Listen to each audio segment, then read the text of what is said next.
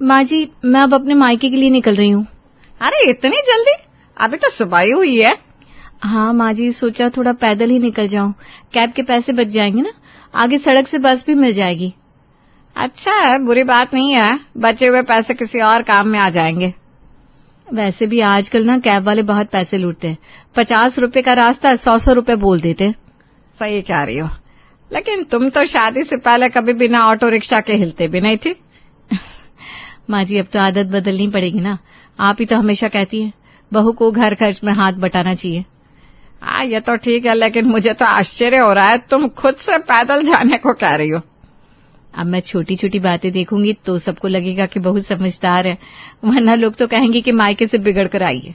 वाह भाई, बहुत जल्दी समझदार हो गई आप तो। चलिए अच्छा है। माँ जी, समझदारी की तो अब बहुत जरूरत है, आखिर मायके में भी सबको दिखाना है कि बहू कितनी सयानी हो गई है।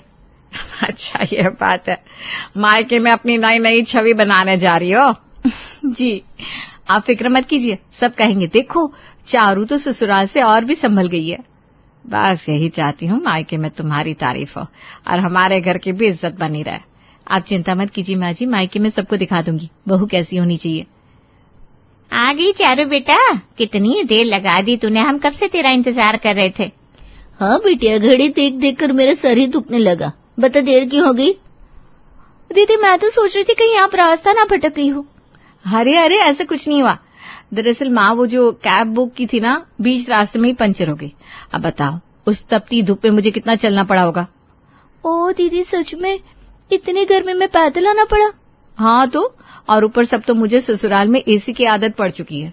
सच बताओ तो मुझे लग रहा था मैं तो यहीं सड़क पर ही चक्कर खाकर गिर जाऊंगी। अच्छा, शादी के पहले तो तू धूप में घंटों घूम लेती थी, अब 2 कदम चलने पर थक गई। अरे माँ, पहले की बात और थी, अब माहौल बदल गया है। वहाँ तो दिन रात ठंडी हवा चलती रहती है, हर कमरे में एसी लगा है। मैं तो सोच रही हूँ अब यहाँ बिना एसी के कैसे रहूंगी मैं। अरे कर लेगी बेटा, सब कर लेते हैं। पर मौसी, जब एक बार आराम की आदत लग जाए ना तो फिर पुराने तरीके मुश्किल लगने लगते हैं। दीदी आप तो बड़ी शौकीन बन गई है, हमें तो अब भी वही पुराना कूलर ही अच्छा लगता है। अरे कूलर से तो बस हवा में नमी और बदबू आती है, सच कहूँ तो अब मुझे उसकी आवाज भी बर्दाश्त नहीं होती। देख चारू, यहाँ तेरा मायका है, जैसे तू पहले रहती थी वैसे ही रहना पड़ेगा। यहाँ ना तो एसी है, ना ही कोई आरामदायक इंतजाम। हाँ माँ, मैं समझती हूँ, पर आप भी देखिए ना, मेरी स्किन खराब हो जाएगी इस पसीने और गर्मी में। अरे दीदी, इतनी नाजुक हो गई तुम। पहले तो तुम ही सबसे कहती थी गर्मी में मजा आता है आम खाने में और छत पर सोने में। स्नेहा, वो सब बातें अब पुरानी हो गई है, शादी के बाद सब बदल जाता है। तो क्या बिटिया, शादी के बाद धूप और गर्मी भी बदल जाती है? मासी आप भी ना, मैं बस इतना कह रही हूँ कि अब आदत बदल गई है। देख चारू, आदतें इंसान खुद बनाता है, तू जितने नखरे कर ले यहाँ सब पहले जैसा ही है, तुझे भी वैसे ही रहना पड़ेगा जैसे पहले रहती थी।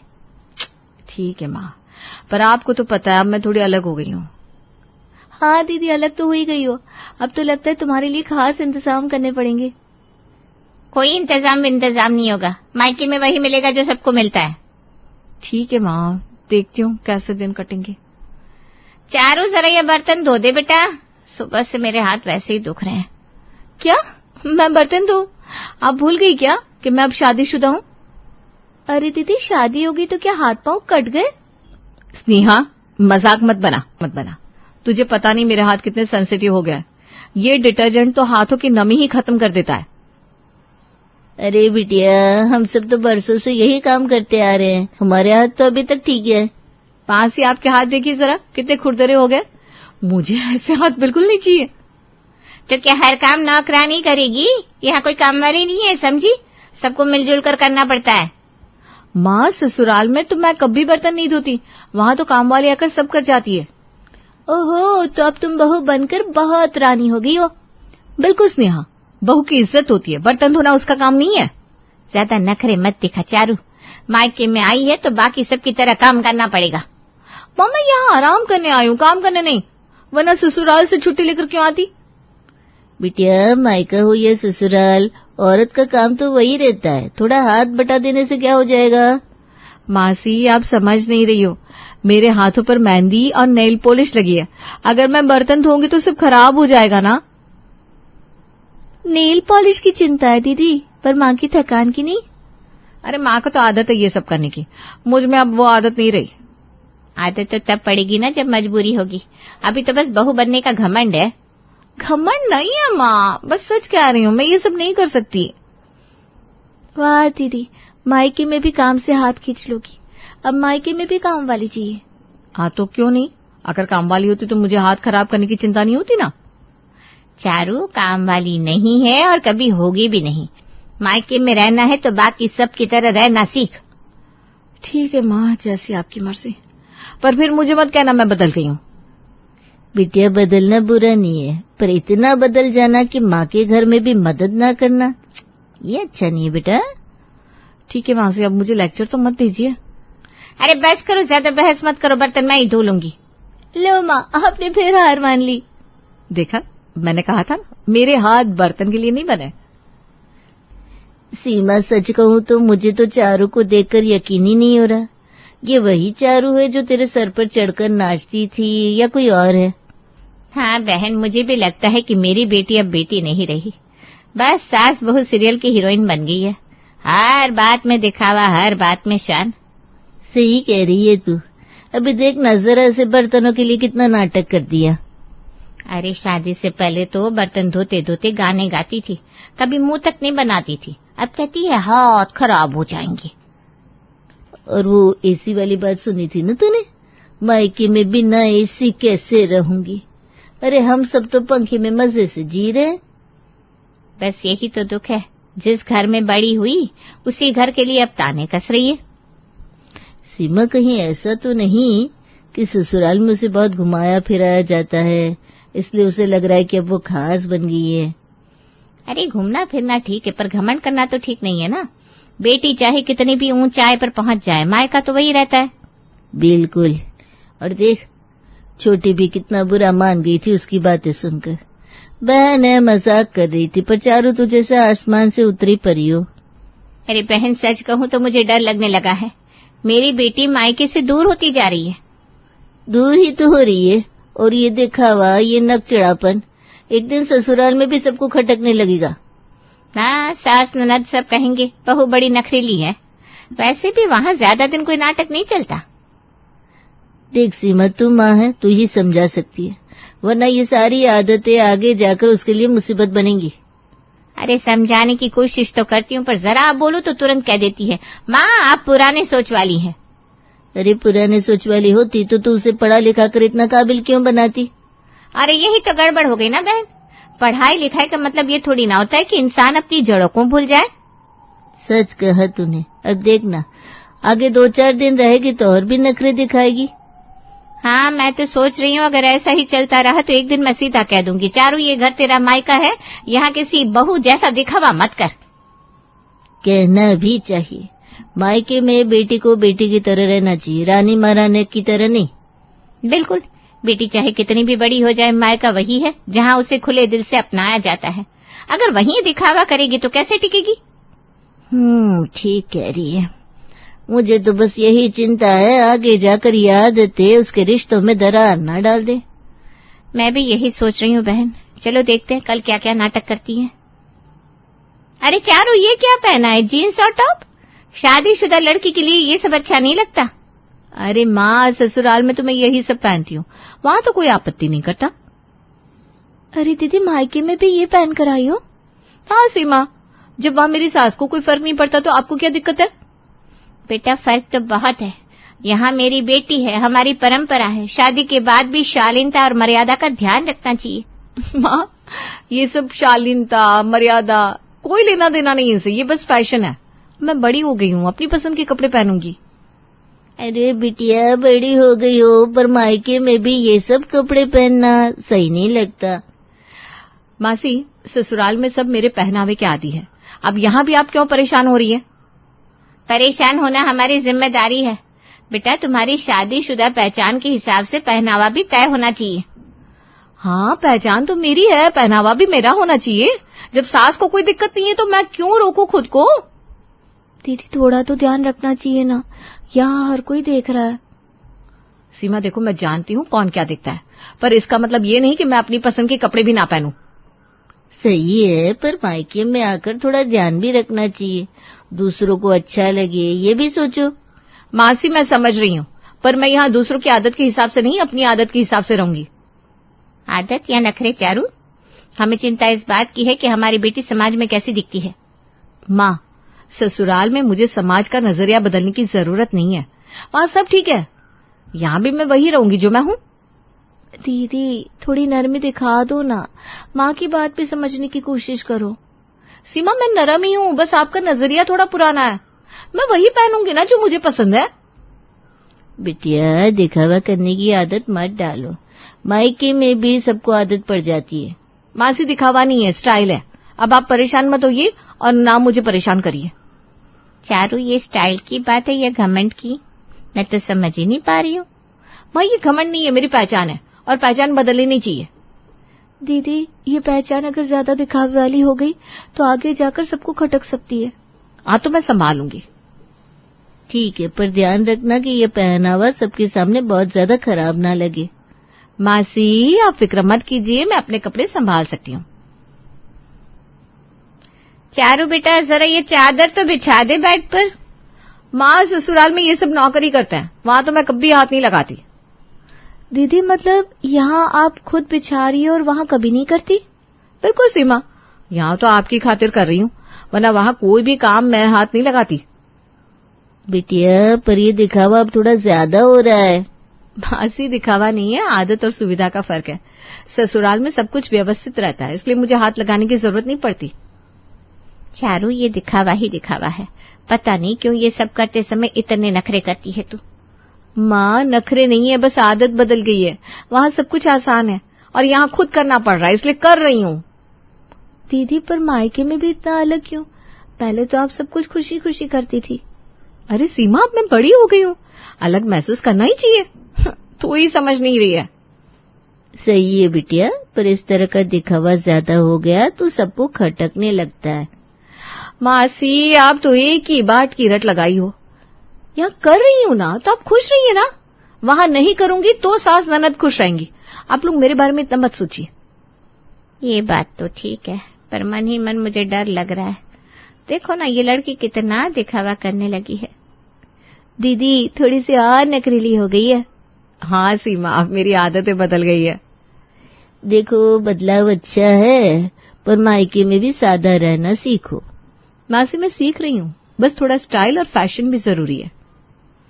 यही डर था कि शादी के बाद ये लड़की अपना स्वभाव बदल देगी। अब वो मायके में भी दिखावा करने लगी है। देखो माँ सब सही से हो रहा है, आपको कोई दिक्कत नहीं होगी। दीदी आप तो यहाँ भी बड़े शौकीन बन गई है। हाँ सीमा, अब मैं तो अपनी आदतों के हिसाब से ही रहूंगी। बस देखो चारू, इतनी शान और शौकत में खुद को मत खो देना। मासी अब चिंता मत कीजिए, मैं संभाल लूंगी। अब आगे फिर से ये रिपीट मत करिएगा। कितना भी समझा लो ये नहीं समझेगी अब। ये तो बहुत आगे तक दिखावा करती रहेगी। ससुराल की आदत और यहाँ का फर्क दोनों मिलकर इसे और नखरीला बना रहे हैं। अब चादर भी बिछ गई, अब तो सब ठीक है ना? लगता है नीतीश आ गए चारू को लेने। देखो तुम्हें गाड़ी से आया है। अरे नीतीश तुम? हाँ मैं, कोई और भी आने वाला था क्या? अरे नहीं, मेरा वो मतलब नहीं था। नीतीश सिर्फ तुम आए हो अकेले? नहीं, मम्मी भी आ रही हैं, माँ जी भी आई हैं। लो अब माँ जी भी आ गई, कहीं कुछ गड़बड़ ना हो जाए। अरे नलिनी जी आप? हाँ समदन जी, गाड़ी आ ही रही थी तो सोचा मैं भी देख लूं सब ठीक है। सच में आपने तो सरप्राइज दे दिया हम सबको। प्रणाम माँ जी, आइए ना अंदर आइए। आइए समदन जी अंदर आइए, हमारे घर में स्वागत है आपका। तो चारू चलने का मन है कि नहीं? हाँ क्यों नहीं, चारू का तो बहुत मन है। यहाँ ना एसी नहीं है, कह रही थी वहां तो 2 एसी है कमरे में। कमरे में 2 एसी कब हुआ? हमारे घर तो एक ही एसी है जो हॉल में लगी है, कमरे में तो है ही नहीं। लेकिन चारू तो कह रही थी। क्यों चारू, अब तू ही बता दे।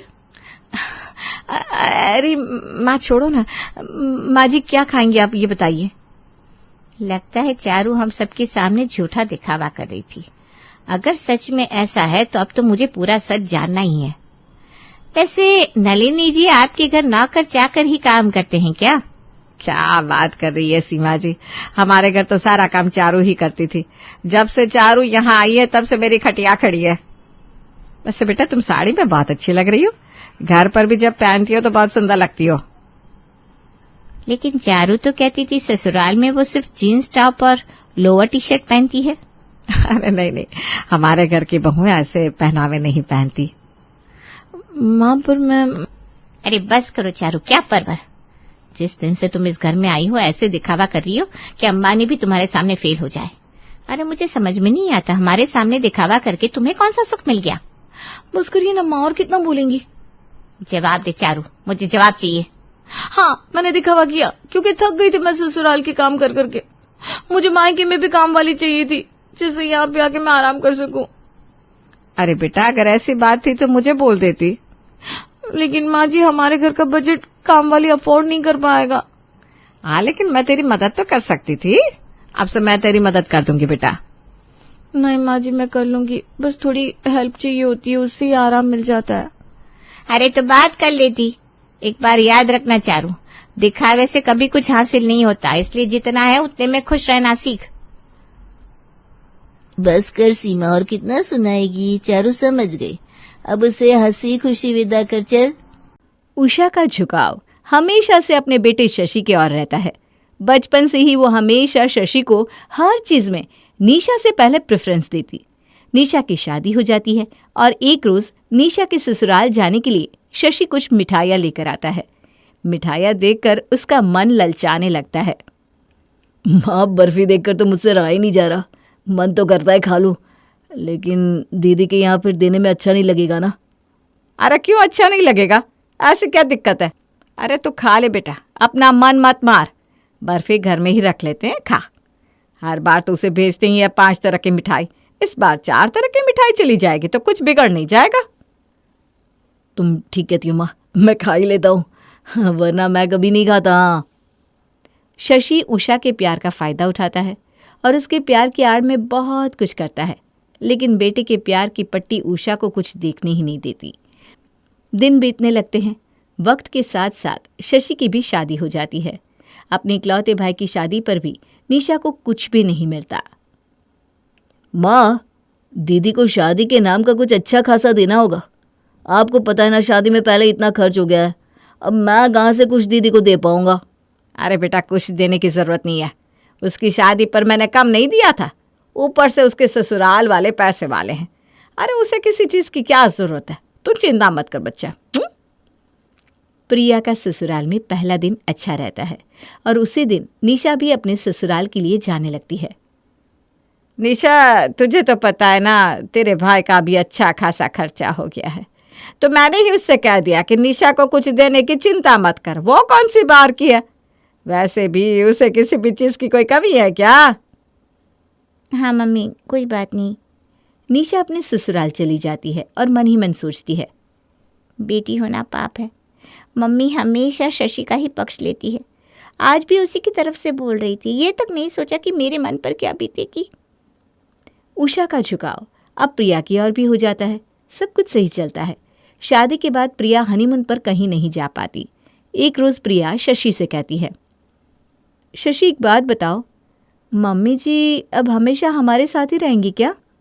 हाँ, तो माँ कहाँ जाएगी? इस तरह तो हमारा घूमना फिरना मुश्किल हो जाएगा। तुम माँ को दीदी के पास क्यों नहीं छोड़ आते हो जब हम घूमने जाते हैं? हाँ ये बात भी सही है।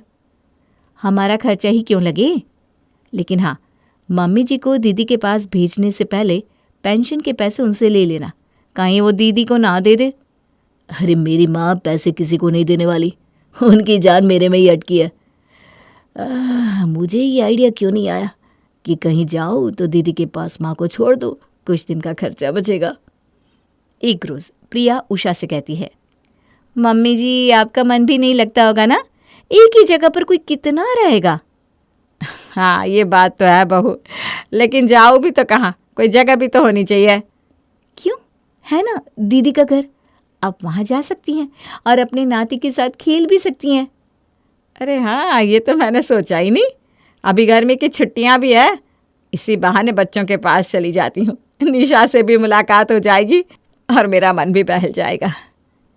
प्रिया मन ही मन सोचती है, मम्मी जी खुद ही दीदी के पास चली जाएगी और कुछ वक्त मैं शशि के साथ बिता पाऊंगी, वरना जब से आई हूं ये मेरी छाती पर मूंग दल रही है। उधर उषा निशा को फोन करके कहती है, बेटा मन नहीं लग रहा है, बहुत दिन हो गए तुझे देखे हुए, तू आ जाती तो थोड़ा मन लग जाता। मम्मी अभी मेरा आना तो थोड़ा मुश्किल होगा, आप एक काम क्यों नहीं करती, आप ही आ जाओ ना। मैं बेटा? हाँ मम्मी आप आ जाओ, मिलना भी हो जाएगा और आपकी भी जगह चेंज हो जाएगी। वैसे आपका नाती रोज़ आपको याद कर लेता है। ठीक है बेटा, कल की गाड़ी से ही आती हूँ। उषा अगले दिन ही निशा के घर चली जाती है। उषा के जाने से शशि और प्रिया बहुत खुश हो जाते हैं। शशि प्रिया से कहता है, वाह मेरी जान, तुमने तो कमाल कर दिया, माँ चली गई दीदी के घर, इसी तरह वो हर महीने चली जाए तो कैसा रहेगा?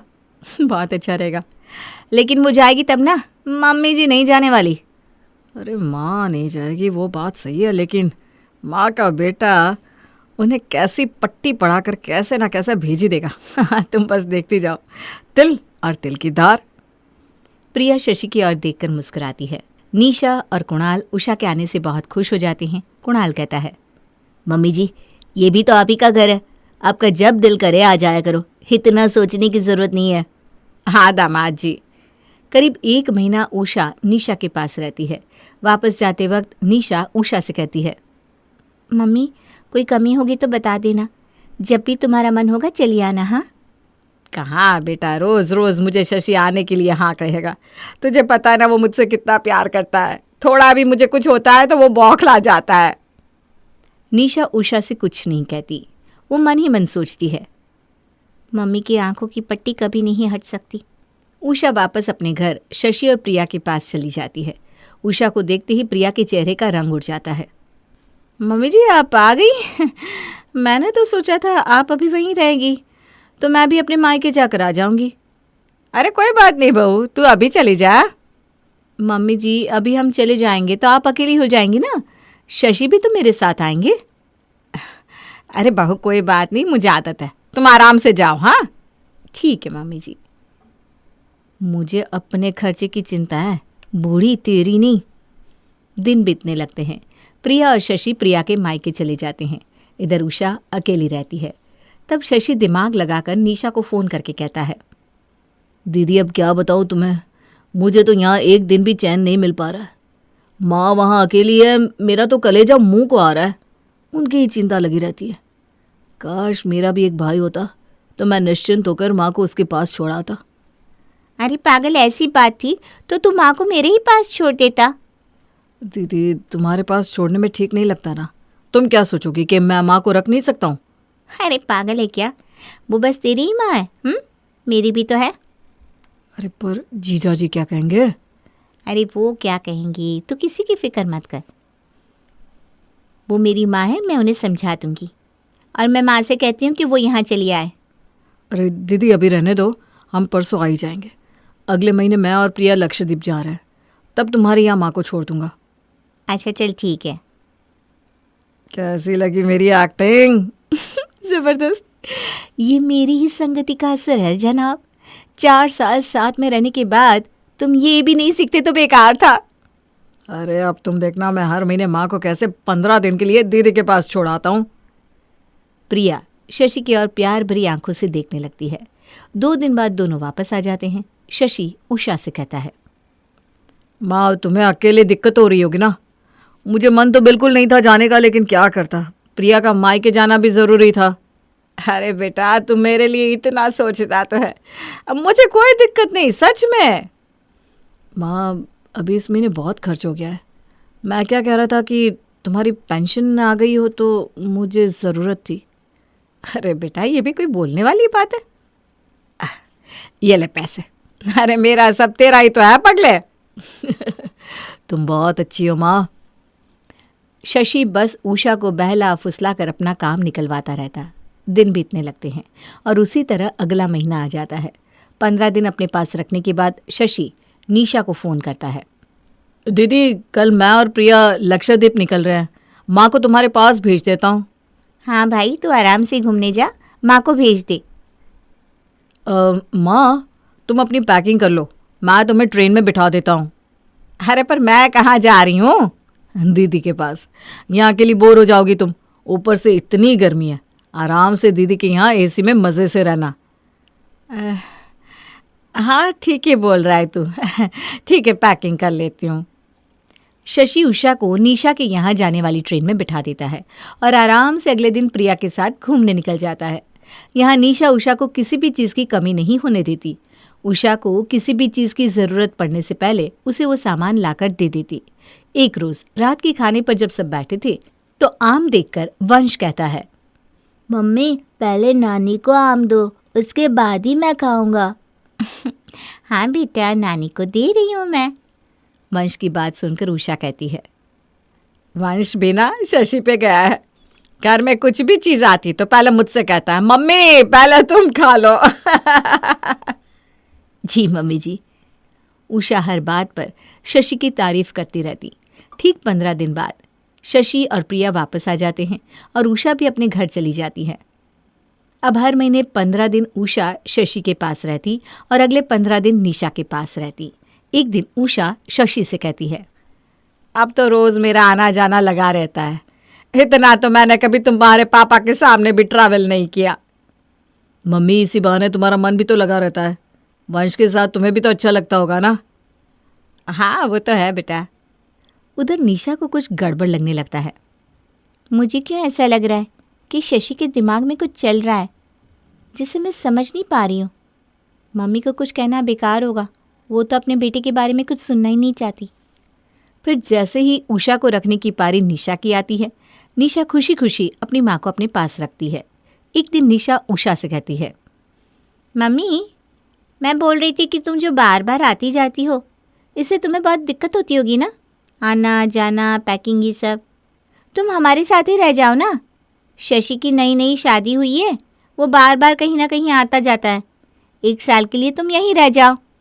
अरे बेटा मैं कैसे रह सकती हूँ यहाँ, उस घर से तेरे पापा की यादें जुड़ी है और शशि की देखरेख भी तो करनी पड़ती है। प्रिया को उतना खाना पीना बनाना नहीं आता ना। मेरा बेटा क्या खाएगा। ठीक है मम्मी, जैसा तुम्हें सही लगे। दिन बीतने लगते हैं। देखते ही देखते 15 दिन बीत जाते हैं और उषा का वापस अपने घर जाने का वक्त हो जाता है। निशा मेरे ट्रेन का खाना बना दे बेटा, रात की गाड़ी में चली जाऊंगी। रुक जाओ मम्मी, पहले मैं शशि से बात कर लेती हूँ। निशा शशि को फ़ोन करके कहती है, मम्मी को भेज दूँ क्या? तुम और प्रिया आ गए हो तो। दीदी आ तो गया हूँ मैं, लेकिन अभी तुम ना मम्मी को अपने पास ही रखो। हाँ आराम करे मम्मी, वहाँ यहाँ आते ही ना वो काम में लग जाती है। निशा जिद करके उषा को रोक लेती है, लेकिन जैसे ही 10 दिन पार होते हैं उषा अपने घर जाने की जिद करने लगती है और निशा को बिना बताए अपने घर चली जाती है। इधर निशा को जैसे ही पता चलता है कि उषा चली गई है, वो शशि को कॉल करती है। मम्मी चली गई शशि, अब तुम देख लेना। हाँ दीदी तुम 10 दिन भी नहीं रख पाई मम्मी को? अरे क्यों आने दिया उनको? कल मैं ऑफिस से मनाली जा रहा था ना। अरे मैं क्या करूं, मम्मी मुझे बिना बताए ही चली गई। मम्मी को तुम्हारी चिंता लगी रहती है भैया, मैं क्या करूं? शशि पूरा चिड़चिड़ा जाता है। इधर निशा सोचती है, शशि मम्मी को मेरे पास ही छोड़ देना चाहता है। उसके इरादे अब मुझे समझ में आ रहे हैं, लेकिन मम्मी नहीं समझ रही। उसका असली चेहरा मुझे मम्मी के सामने लाना ही होगा। निशा कुणाल को सब कुछ बता देती है और उससे कहती है, कुणाल तुम अपने किसी दोस्त से कहो ना कि हमारे घर को खरीदने का ऑफर शशि को दे, जिससे शशि उसे बेचने की जिद में लग जाएगा। हाँ वैसे मेरा एक फ्रेंड है जिसका रियल एस्टेट का ही काम है, मैं उसको कहता हूँ। इधर उषा भी घर पहुंच जाती है। उसको देखते ही शशि वापस से उषा की चापलूसी करने लगता है। माँ अच्छा हुआ तुम आ गई, मुझे ना तुम्हारी बहुत याद आ रही थी। दीदी को मैंने कहा भी तुम्हें भेजने के लिए, लेकिन दीदी ने कहा वंश और जीजू का मन लगा रहेगा आपके होने से। उषा शशि के चेहरे पर हाथ फिराती है। अरे बेटा मैं भी नहीं रह सकती तुझे छोड़कर। ये ले पैसे रख, तुझे काम आएंगे। चल मैं तेरे लिए ना तेरी पसंद के मूंग दाल के चीले बनाती हूँ। हाँ माँ वैसे भी तुम्हारे हाथ का खाना खाए बहुत दिन हो गया है। उषा शशि के लिए चीले बनाती है और सब मिलकर खाते हैं। 1 हफ्ते बाद शशि को बिल्डर का कॉल आता है। शशि जी, मैंने सुना आपका घर काफ़ी बड़ा है और बाजार के बीचों बीच है। हाँ बिल्कुल, मेरे पापा ने बहुत शौक से बनवाया था। लेकिन आप क्यों पूछ रहे हैं? क्योंकि मैं आपके घर को खरीदना चाहता हूँ। पूरे 2 करोड़ देने को तैयार हूँ। क्या बोलते हो? 2 करोड़? मुझे ये डील मंजूर है जी। ठीक है, कल मिलते हैं। शशि अगले दिन बिल्डर से मिलता है और उससे 50,000 एडवांस भी ले लेता है। ठीक है, मैं बेचने के पेपर पर माँ के साइन करवा कर आपको दे देता हूँ। आप पैसे रेडी रखना। पैसे रेडी है जी। शशि घर बेचने के पेपर बनवाने में लग जाता है और अगले दिन उषा को पेपर देकर कहता है, मम्मी इस पर साइन कर दो ज़रा। साइन तो मैं कर दूं बेटा, लेकिन ये किस चीज़ के पेपर है? ये घर के पेपर है जिसमें लिखा है कि हम ये घर बेच रहे हैं। क्या? तेरा दिमाग तो ठीक है ना? ये तेरे पापा की आखिरी निशानी है। उन्होंने बहुत मेहनत से इस घर को बनवाया है। मैं इसे किसी भी कीमत पर नहीं बेचने वाली हूँ। माँ 2 करोड़ मिल रहे हैं। 2 करोड़ कोई छोटी रकम नहीं होती। अरे 2 करोड़ क्या, कोई 200 करोड़ भी देगा तो भी मैं ये घर नहीं बेचने वाली। माँ तुम साइन कर रही हो या नहीं? नहीं करूँगी, कभी भी नहीं करूँगी, चाहे जो भी हो जाए। माँ तुम सीधे तरीके से साइन कर दो, वरना दूसरा तरीका मुझे आता है। शशि का ये चेहरा देखकर उषा की आंखों पर पड़ा पर्दा हट जाता है और उसकी आंखें भर आती हैं। शशि जोर जोर से चिल्लाने लगता है, माँ इस घर पर मेरा भी उतना ही हक है जितना तुम्हारा है। तुम्हें इस घर से मुझे निकालने में देरी नहीं लगेगी। इस घर पर तुम्हारा हक जरूर है। इस घर में तुम रह सकते हो लेकिन बेच कभी नहीं सकते। इतना बोलकर उषा अपने कमरे में आकर बहुत रोती है। मैं जिंदगी भर बेटा बेटा करती रही और बेटे ने मुझे ही घर से निकलवाने का इंतजाम कर दिया। उषा चुपचाप उसी रात बिना किसी से कुछ कहे अपने ज़रूरी कागजात और जेवर लेकर निशा के घर चली जाती है। जाते जाते उषा एक चिट्ठी अपने बेटे के लिए छोड़कर जाती है।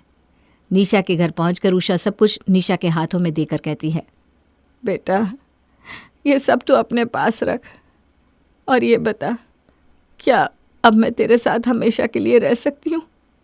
माँ, ये भी कोई बोलने वाली बात है क्या? उषा निशा को सब कुछ बता देती है। माँ, ये भी तो तुम्हारा ही घर है। मैंने हमेशा बेटे और बेटी में फ़र्क किया, लेकिन आज मेरी बेटी ही मेरे काम आई, ना कि बेटा। उधर सुबह जब उषा घर में दिखाई नहीं देती, तब शशि और प्रिया पूरे घर में ढूंढने लगते हैं। सोने के अंडा देने वाली मुर्गी कहाँ चली गई? क्या होगा तुम्हारा? अरे शुभ शुभ बोलो ना। तभी हॉल में लगे सोफे पर शशि की नज़र पड़ती है चिट्ठी पर। वो चिट्ठी पढ़ता है, बेटा तू क्या मुझे निकालेगा? मैं खुद जा रही हूँ हमेशा के लिए, लेकिन तुझे इस घर को मैं बेचने कभी नहीं दूंगी। शशि और प्रिया के होश उड़ जाती हैं और प्रिया कहती है, लो घर के चक्कर में पेंशन के पैसे भी गए और तुमने तो एडवांस के पैसे भी खर्च कर दिए। अब कहाँ से दोगे बोलो? शशि माथा पकड़कर बैठ जाता है और उषा निशा के पास ही रह जाती है। अरे भाई आ रही हूँ, इतना गेट मत बजाओ। नैना हाथों में पापड़ की थाली लेकर उतरती है और मालती कहती है, अरे बहू दूध मैं ले लूँगी, तू रख दे पापड़ पहले रसोई में। नहीं नहीं मम्मी जी आप रहने दो, मैंने बोला ना मैं कर लूँगी खुद। अरे कभी सुन भी लिया कर बहू। नैना एक हाथ में पापड़ की थाली लिए दूसरे हाथ में दूध का टोपिया लेकर दूध डलवाने लगती है। भाभी जी दूध गिर जाएगा इस तरह, एक साथ दोनों काम क्यों करने हैं? पहले आप पापड़ की थाली रखाओ। अरे भैया आप उसकी फिक्र छोड़ो ना, मुझे आदत है। जब तक जाकर रख के आऊँगी उतनी देर में दूध ले ही लूँगी। मुझे एक्सपीरियंस है, मैं अपने मायके में भी ऐसे ही करती थी। मुझे क्या है, गिर भी जाएगा तो आपको सोचना है, मेरा क्या जाएगा। दूध वाला दूध देकर चला जाता है। देखा, दोनों काम हो गए। नैना दोनों हाथ में बर्तन लिए रसोई में जाती है, पर दूध का पतीला हिलने लगता है। पतीला संभालने के चक्कर में पापड़ की थाल गिर जाती है और आवाज़ सुनकर मालती कहती है, हो गया ना, फिर कोई गड़बड़ कर दी? इतनी बार बोलने पर भी ना तू सुनती नहीं बहू। अरे कुछ नहीं हुआ मम्मी जी। मालती जानती है कि नैना कभी मानेगी ही नहीं कि उससे कुछ हुआ है, इसलिए मालती खुद जाकर देखती है। अच्छा हुआ दूध नहीं गिरा, मेरा तो कलेजा ही पकड़ा गया। चलो पापड़ ही गिरा। मैंने तो कहा ही था मम्मी जी, कुछ नहीं हुआ। पापड़ टूट जाते हैं। फिर नैना रसोई में जाकर पापड़ रख देती है। टूटे हुए पापड़ ना मसाला पापड़ बनाने में काम आ जाएंगे। दोपहर का खाना बना लेती हूँ। नैना एक तरफ चावल के लिए पानी चढ़ाती है, दूसरी तरफ आयरन करने लगती है। जब तक पानी गर्म होगा तब तक एक कपड़ा आयरन हो भी जाएगा। नैना मालती की साड़ी आयरन करने लगती है और उधर पानी उबल कर गिरने की आवाज़ आती है। नैना आयरन साड़ी पर ही रख कर रसोई में भागती है और पानी में चावल डालती है और फिर भूल जाती है कि कपड़े आयरन के लिए पड़े हैं। साड़ी जलने की बदबू आने से मालती कहती है, ए बहू कुछ जलने की बदबू आ रही है। नहीं तो मम्मी जी कुछ भी नहीं जल रहा, मैं रसोई में ही हूँ। ये लड़की सुनेगी नहीं, मुझे ही देखना होगा। मालती हर जगह देखती है और फिर देखती है कि उसकी साड़ी जल रही है। वो तुरंत आयरन ऑफ कर देती है और ज़ोर से आवाज़ देते हुए नैना से कहती है, अरे बहू ये क्या किया, मेरी साड़ी जला दी तूने। एक बार में 10 काम करने की आदत से घर में आग लग जाएगी एक दिन। नैना उंगली अपने मुंह में दबाकर धीरे से कहती है, ओह आयरन लगाकर भूल गई थी। अच्छा हुआ कि मम्मी जी की साड़ी ही जली है। वो भागती हुई कमरे में जाती है और साड़ी हाथ में लेकर कहती है, अरे मम्मी जी थोड़ी सी ही तो जली है, साड़ी रफू हो जाएगी। थोड़ी सी का क्या मतलब है, जब तुझसे नहीं होता तो छोड़ देना, मुझे करने भी नहीं देती कोई काम और खुद ऐसा करती है। अरे मम्मी जी याद आया, काम वाली साड़ी मांग रही थी। ये साड़ी उसे दे दूंगी और आपके लिए नया ला दूंगी, वैसे भी ना ये पुरानी हो गई है। मस्का मत लगा बहू, मैं सब समझती हूँ। इसी तरह दिन बीतने लगते हैं और नैना कोई ना कोई गड़बड़ करती रहती है। एक रोज़ सुबह हर्ष को ऑफिस के लिए देर हो रही थी। वो हड़बड़ाने लगता है, मैं निकलता हूँ नैना, बाहर ही कुछ खा लूँगा, दर्श को स्कूल भी छोड़ना है। आप नाश्ता कर लो, मैं आपका और दर्श का बैग तैयार कर देती हूँ। देखना उसमें मेरी फाइल डाल देना। अरे तुम मुझे मत बताओ, मैं डाल दूँगी। नैना हर्ष के बैग में लैपटॉप, टिफ़िन, पानी रख देती है, लेकिन फाइल की जगह दर्श की कॉपी रख देती है। इधर दर्श के बैग में टिफ़िन के साथ हर्ष की फाइल रख देती है। लो बैग रेडी हो गया। ठीक है चलता हूँ मैं। हर्ष दर्श को स्कूल छोड़कर ऑफिस चला जाता है, पर वहाँ अपनी फाइल ना मिलने पर वो नैना को कॉल करता है।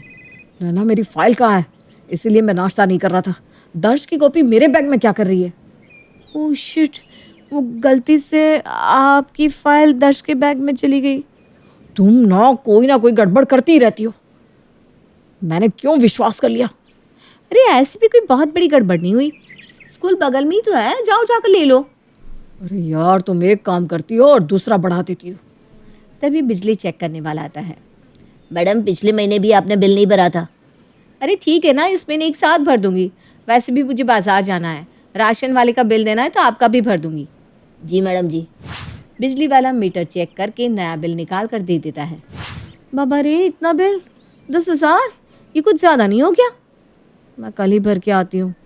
नैना राशन वाले को फ़ोन करती है। भैया ज़रा आपका बिल तो भेज देना। अभी भेजता हूँ मैडम। राशन वाला बिल भेजता है। चलो 1,000 ही है। रात को नैना हर्ष के घर आते ही उससे पैसे मांगने लगती है। देखो मुझे बिजली का बिल और राशन वाले को भी पैसे देने हैं, मुझे पैसे चाहिए। तुम रहने दो, फिर कोई ना कोई गड़बड़ करोगी, इससे अच्छा है कि मैं ही दे आऊँ। अरे नहीं, मुझे बाजार में और भी बहुत काम है, मैं दे आऊँगी ना। ठीक है बाबा, तुम्हें चली जाना। हर्ष नैना को उसी वक्त पैसे दे देता है। ये पैसे लो और मुझे चाय पानी पिलाओ। नैना नोटों को हाथों से हिलाती हुई रसोई में चली जाती है। नोटों की हवा तो बहुत अच्छी आती है। चाय और पानी अलग अलग 10 बार थोड़ी ना देने जाऊंगी, एक बार ही ले जाती हूँ। आज जो निमकी बनाई थी वो भी ले जाती हूँ।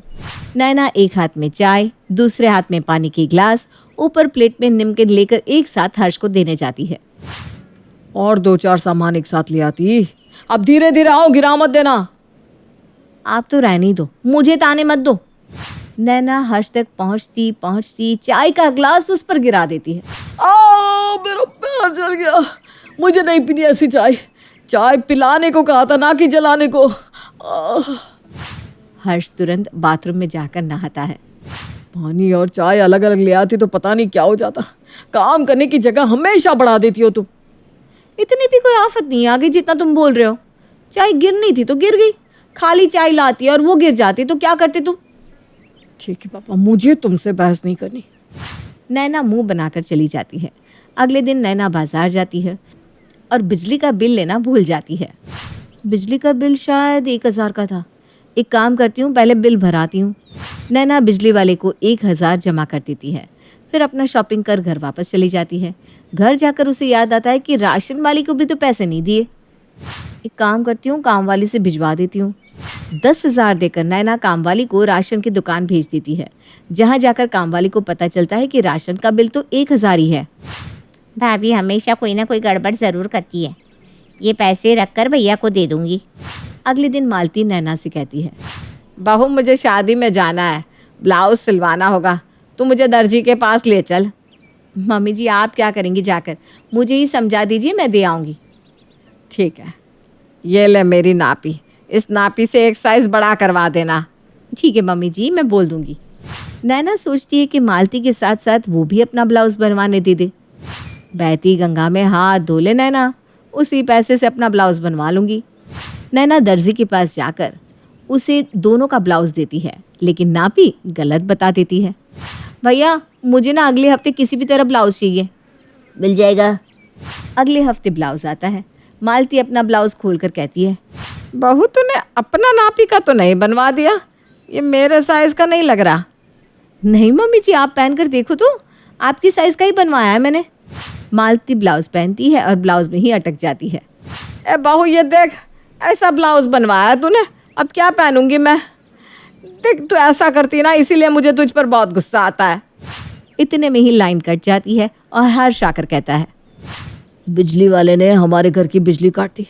नाना तुमने बिजली बिल नहीं भरा था क्या? अरे भरा था मैंने। भरा था तो ये बिल देखो ज़रा। बिल देखते ही नैना अपने माथे पर हाथ रख लेती है। ओह मैंने राशन वाले को दे दिए, अब क्या होगा? अब क्या होगा क्या? रहो बिना बिजली के, तुम्हें तो किसी की सुननी नहीं है, एक साथ 10 काम करने हैं। बिना लाइन के मैं नहीं रह सकती, आप बिजली वाले को बोलकर वापस लाइन लगवाइए ना।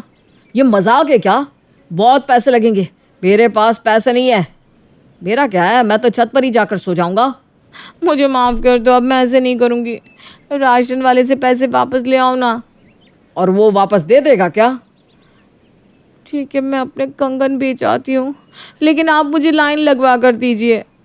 नैना अपनी गलती पर पछताती है और रोने लगती है। तभी हर्ष जाकर फ्यूज़ लगा देता है और लाइन आ जाती है। लाइन देखकर नैना की आंखों में कई सवाल आ जाते हैं। लाइन कटी नहीं थी, मैंने ये सब तुम्हें सबक सिखाने के लिए किया था। तुमने काम वाली को 10,000 देकर राशन वाले के पास भेजा था, उसने मुझे सब बता दिया और पैसे भी वापस कर दिए, जिससे मैं बिजली का बिल भराया। भले ही लेट से हो, लेकिन काम सही तरीके से करो। तुम टाइम बचाने में और काम बढ़ा देती हो। नहीं जी, आगे से अब ऐसा नहीं होगा। और अब से नैना एक वक्त पर एक ही काम करती है। जुड़वा बीवियां। प्रीति मेरी बीवी साहिबा, आज तुम्हारे लिए मैं खास फूलों के बागों से फ्रेश फूलों का ये गुलदस्ता बनवा कर लाया हूँ। तुम्हें बहुत पसंद है ना? मैंने सोचा कभी कभी अपनी बीवियों को गिफ्ट देना चाहिए। ज़रूरी नहीं कि कोई तीज त्योहार या एनिवर्सरी के वक्त ही हो। और हाँ, तुम ना ये बात अपनी जुड़वा बहन करीना को मत बताना, उसे पता चला तो वो तो मेरी जान खा जाएगी। और तभी अचानक से करीना ही पीछे मुड़ती है और करीना को कमरे में देखकर अभिमन्यु हैरानी से चौंक जाता है। अरे करीना, तुम पीछे से बाल देखकर और वन साइड से देखा तो लगा कि प्रीति है। देखो तुम गलत मतलब मत निकालना। हाँ, मैं ये फूलों का गुलदस्ता तुम्हारे लिए भी लाया हूँ एक। अभी मुझे ना झूठ बोलने की कोई जरूरत नहीं है, मैं अच्छे से जानती हूँ तुम मुझसे कम और प्रीतिका से ज्यादा प्यार करते हो। जाओ, मुझे तुमसे कोई बात ही नहीं करनी है। करीना गुस्सा होकर वहां से चली जाती है।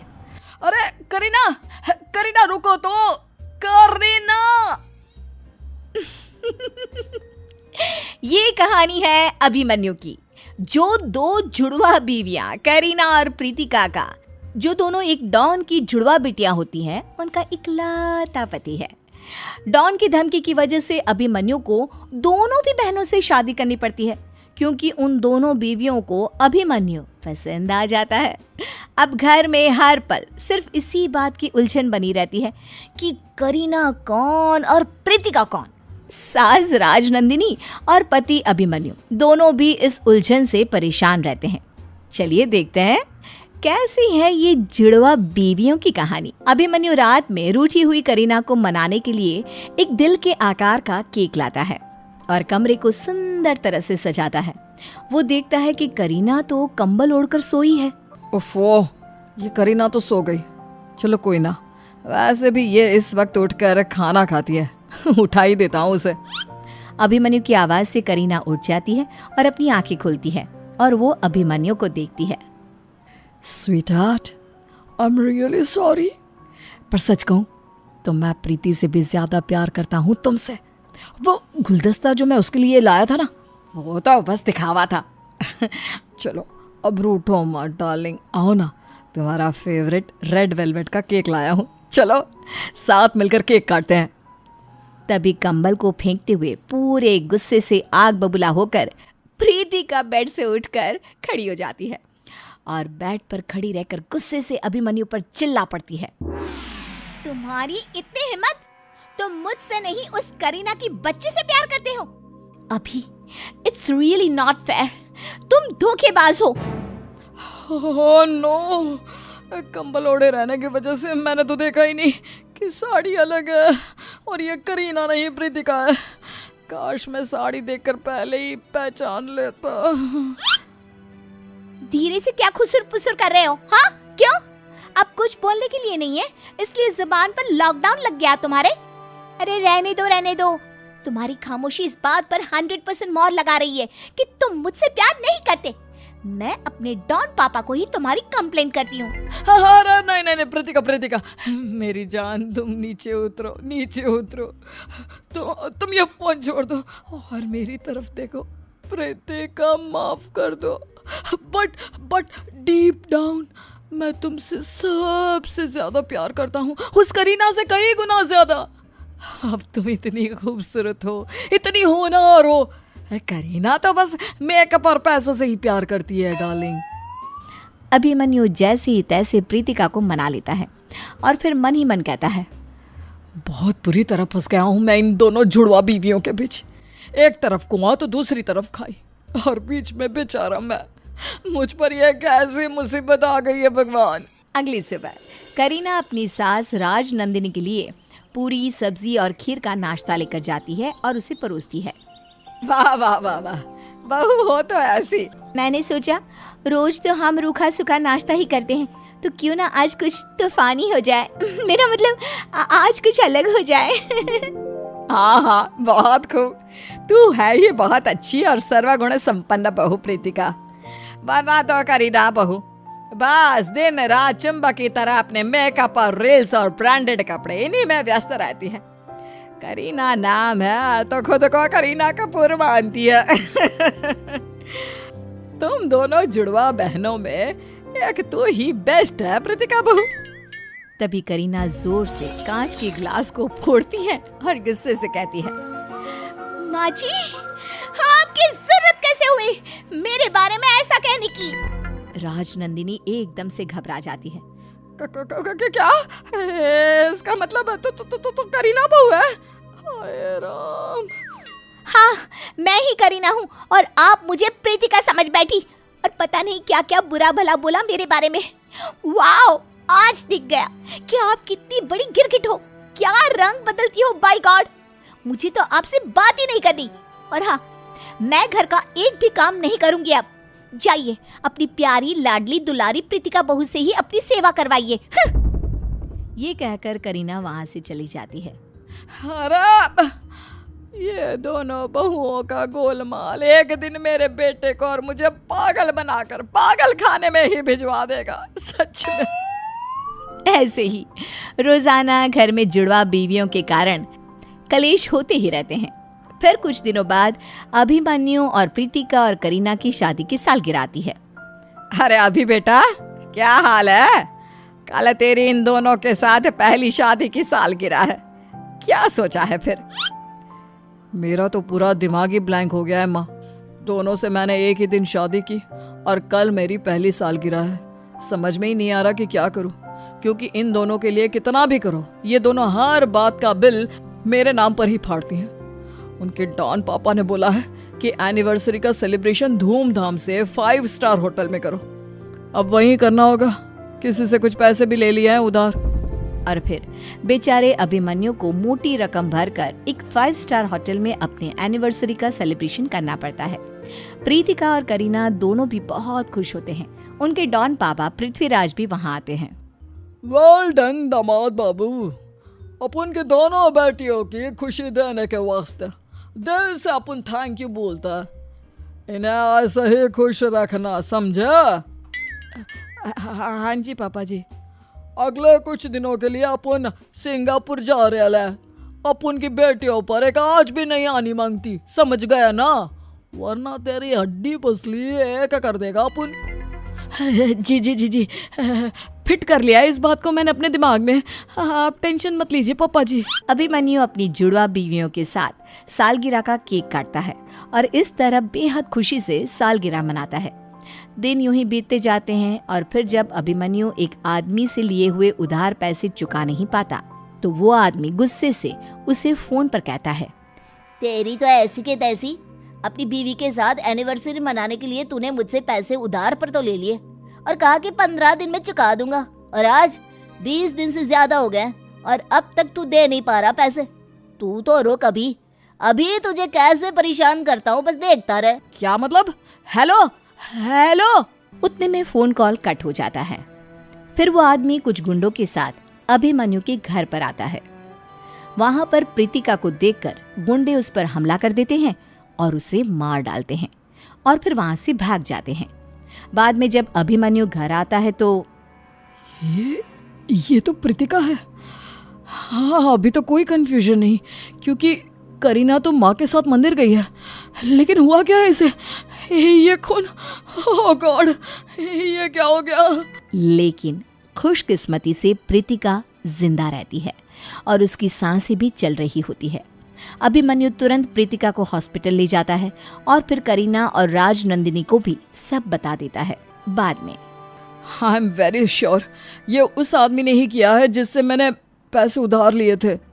अभी तुमने मुझे और मेरी बहन को खुश करने के लिए इतना बड़ा कदम उठाया, इतने सारे पैसे उधारी पे लिए, और वो आदमी।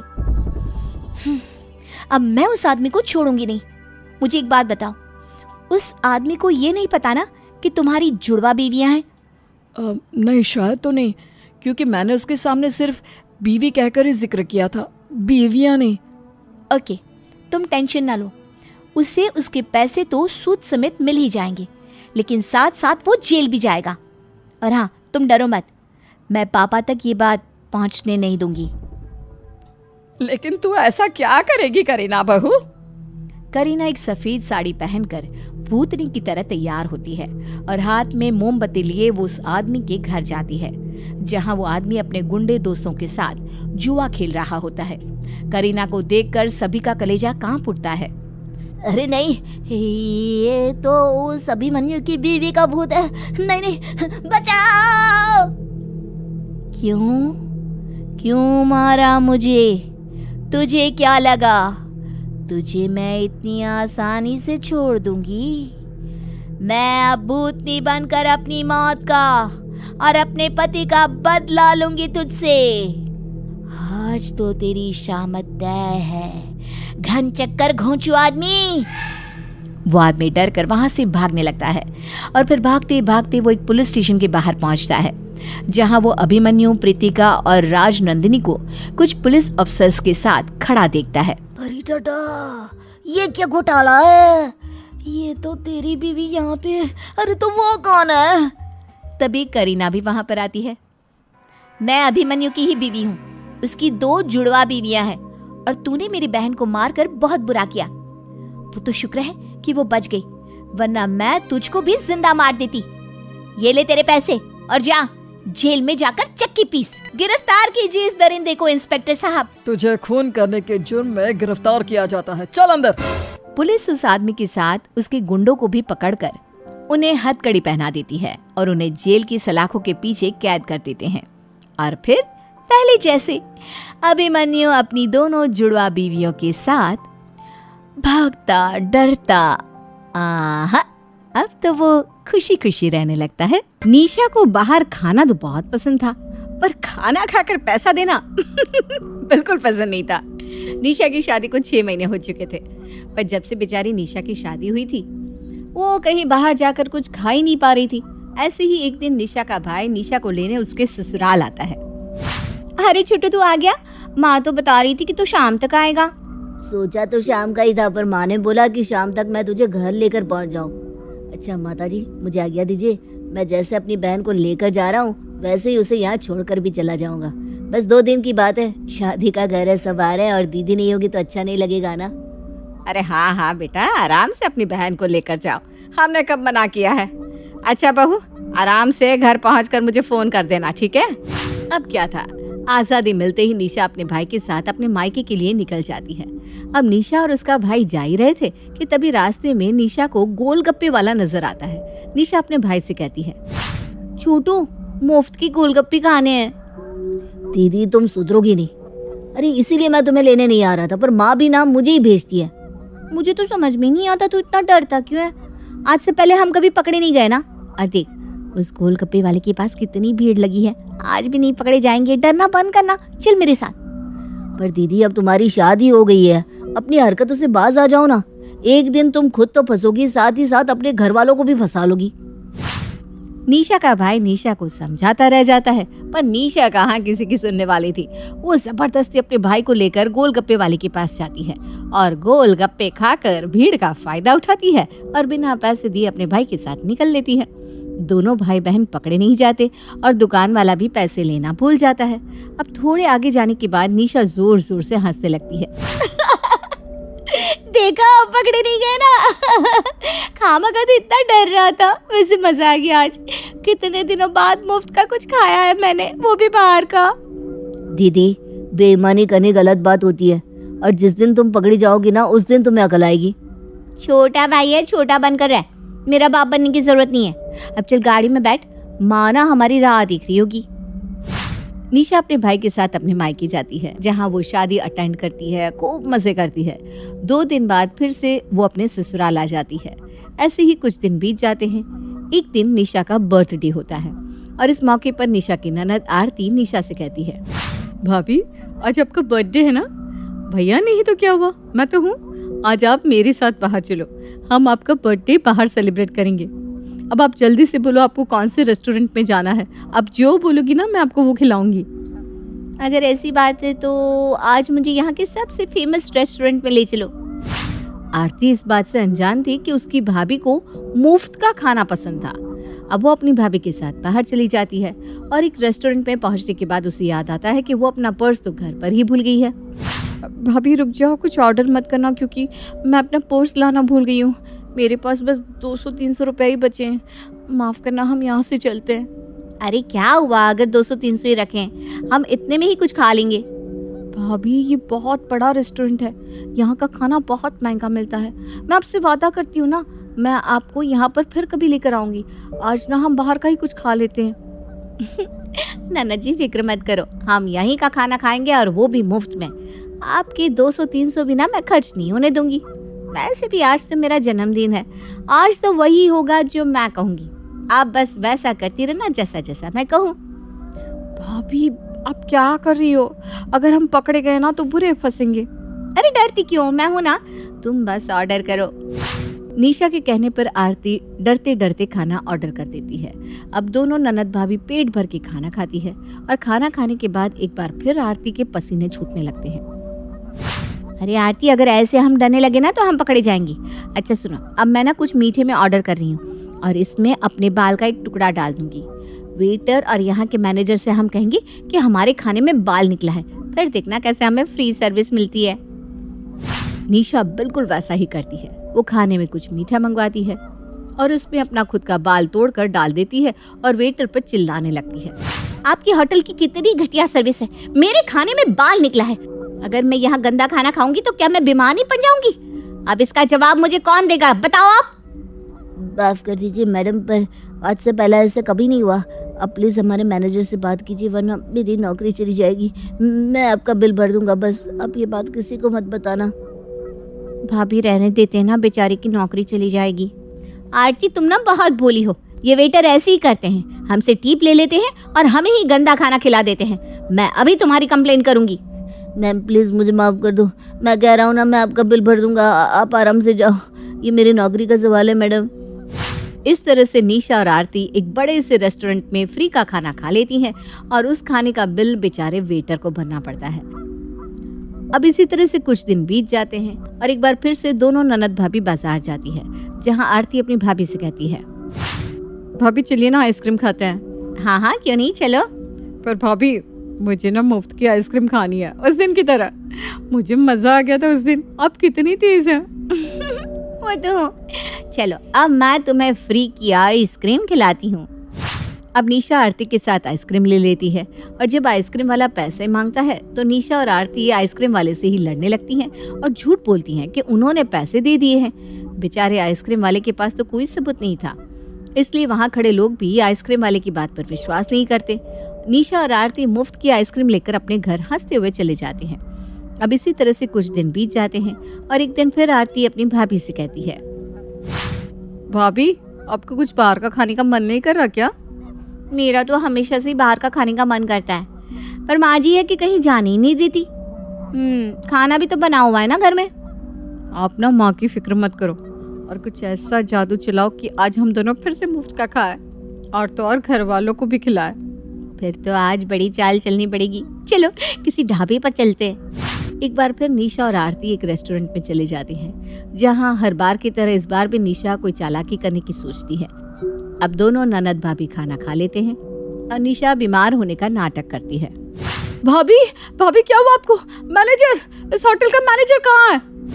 अपने रेस्टोरेंट में शोर शराबा देखकर मैनेजर भागते हुए आरती के पास आता है। क्या मिलाया था आपने खाने में? आपके यहाँ का खाना खाने की वजह से मेरी भाभी बीमार पड़ गई। देखो मेरी भाभी का इलाज अब तुम करवाओगे और अगर मेरी भाभी को कुछ भी हुआ ना तो मैं तुम्हारे ऊपर केस कर दूंगी। मैडम पहले तो आप शांत हो जाइए, यहाँ सब खाना खा रहे हैं, किसी को कुछ नहीं हुआ। अगर आपकी भाभी की तबीयत खराब हुई है तो हमारे स्पेशलिस्ट डॉक्टर है आपकी भाभी को चेक करने के लिए।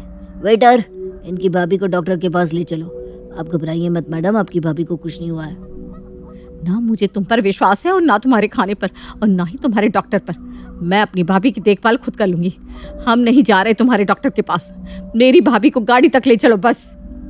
ठीक है मैडम, जैसी आपकी मर्जी। वेटर, मैडम से उनका बिल ले लो और उनकी भाभी को कार में बिठा दो। क्या बिल?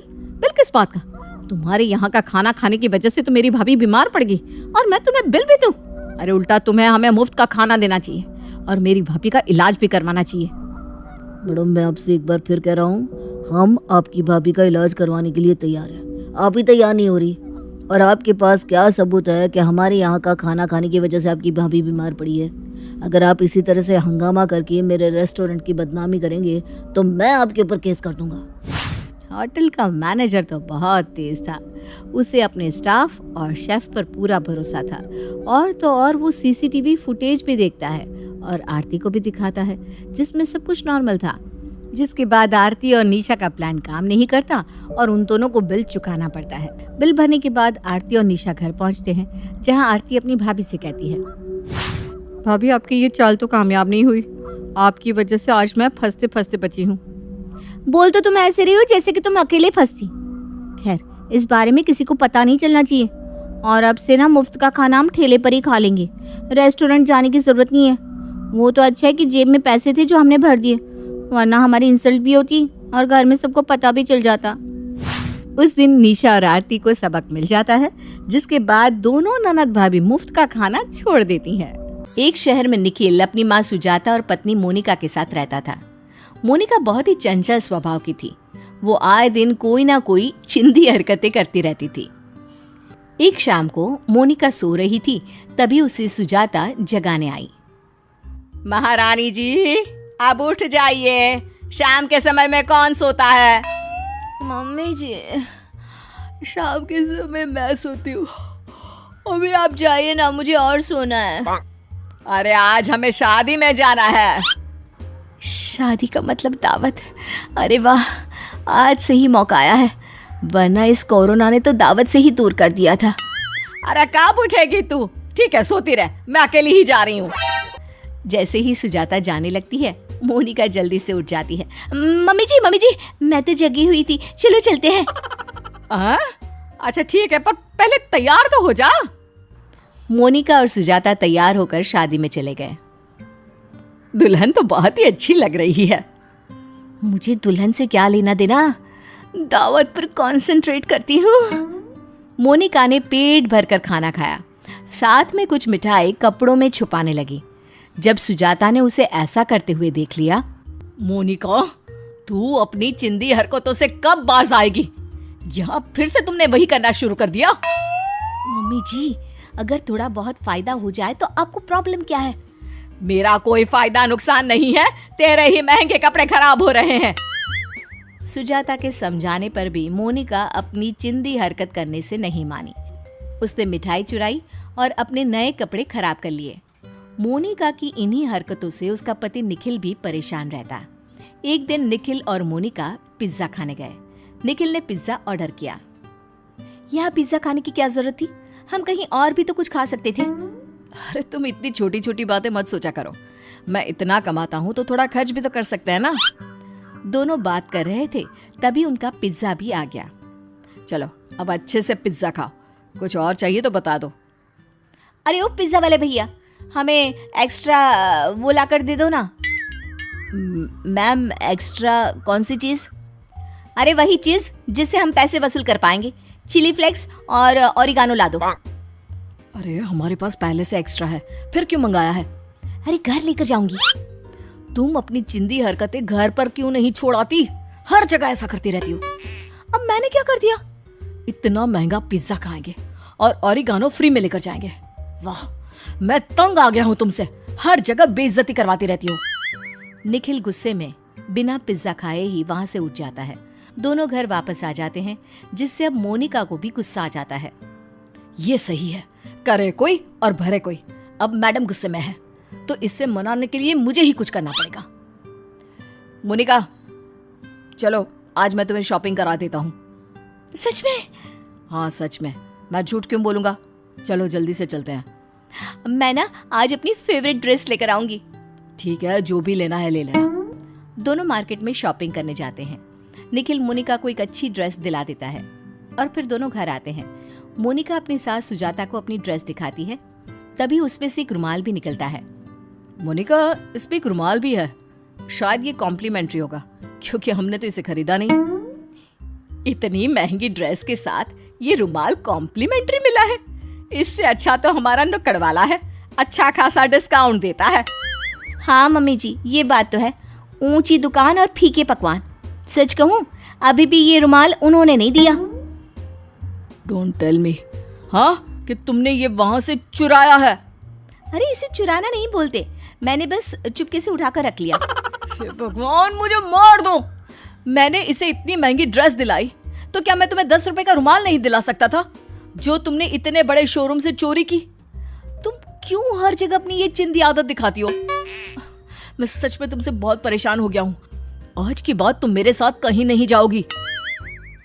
एक तो मैं बचत करती हूँ, ऊपर से आप दोनों हमेशा मुझे ही कोसते रहते हो। बचत नहीं, इसे चोरी कहते हैं। अच्छा, अभी तक चिंदी बोलते थे, अब मैं चोर भी बन गई। हाँ, क्योंकि तुम चिंदी चोर हो। मोनिका रोते हुए अपने कमरे में चली गई। मोनिका शाम को चुपचाप बैठी थी, तभी उसकी सास सुजाता आती है। मोनिका, ए मोनिका। जी मम्मी जी। हम उस दिन जहाँ शादी में गए थे वहां से दोबारा बुलावा आया है, आज वो पार्टी दे रहे हैं। अरे वाह, मैं जल्दी से तैयार हो जाती हूँ। हाँ, जल्दी तैयार हो जा, फिर चलते हैं। मोनिका और सुजाता तैयार होकर पार्टी वाली जगह पहुंच गए, लेकिन वहाँ अंधेरा था और कोई भी दिखाई नहीं दे रहा था। मम्मी जी, एड्रेस तो यही लिखा था। अरे फिर से चेक कर, शायद हम गलत आ गए हैं। देखती हूँ, वैसे भी मुझे बहुत तेज भूख लगी है। अरे अभी रुक जा, खूब खा लेना, खाने के लिए ही तो पैदा हुई है। तभी वहाँ बड़े से टीवी पर एक फिल्म चल गई, जिसमें मोनिका मिठाई चुराकर अपने कपड़ों में रख रही थी। ये कैमरे में रिकॉर्ड हो गया था। सभी लोग छुपकर ये देख रहे थे और वो तेज तेज हंसने लगे। और तभी वहाँ की सभी लाइट जल गई। सुजाता जी, आपकी बहू को ऐसी हरकत करने की जरूरत क्यों पड़ती है? देखिए भाई साहब वो, अरे बस रहने दीजिए बहन जी, आज से तुम्हें बुलाना ही बंद। सबके सामने बेइज्जती सुजाता से बर्दाश्त नहीं होती। उसकी आंखों में आंसू आ जाते हैं और शर्म की वजह से दोनों घर वापस आ गई। दोनों चुपचाप घर आकर बैठ गए, जहां निखिल भी आ गया और सुजाता ने उसे सारी बात बता दी। मम्मी जी, आज मेरी वजह से आपको इतना बेइज्जत होना पड़ा। निखिल जी, मेरी वजह से आपको भी न जाने कितनी बार शर्मिंदा होना पड़ा। मुझे माफ़ कर दीजिए। आप मुझे समझाते रहे लेकिन मैं आपकी बात नहीं समझी। मैं अपनी गलती मानती हूँ और आज के बाद मैं ऐसी कोई भी हरकत नहीं करूँगी जिससे आप दोनों में से किसी को भी मेरी वजह से शर्मिंदा होना पड़े। निखिल जी, मैं आज से कोई भी चिंदी चोरी जैसी हरकत नहीं करूँगी। मोनिका को उसकी गलती का एहसास हो गया था। सुजाता और निखिल ने उसे माफ कर दिया था। अब मोनिका सुधर चुकी थी। उसने ऐसी हरकत करनी छोड़ दी और अपने परिवार के साथ खुशी खुशी इज्जत से रहने लगी।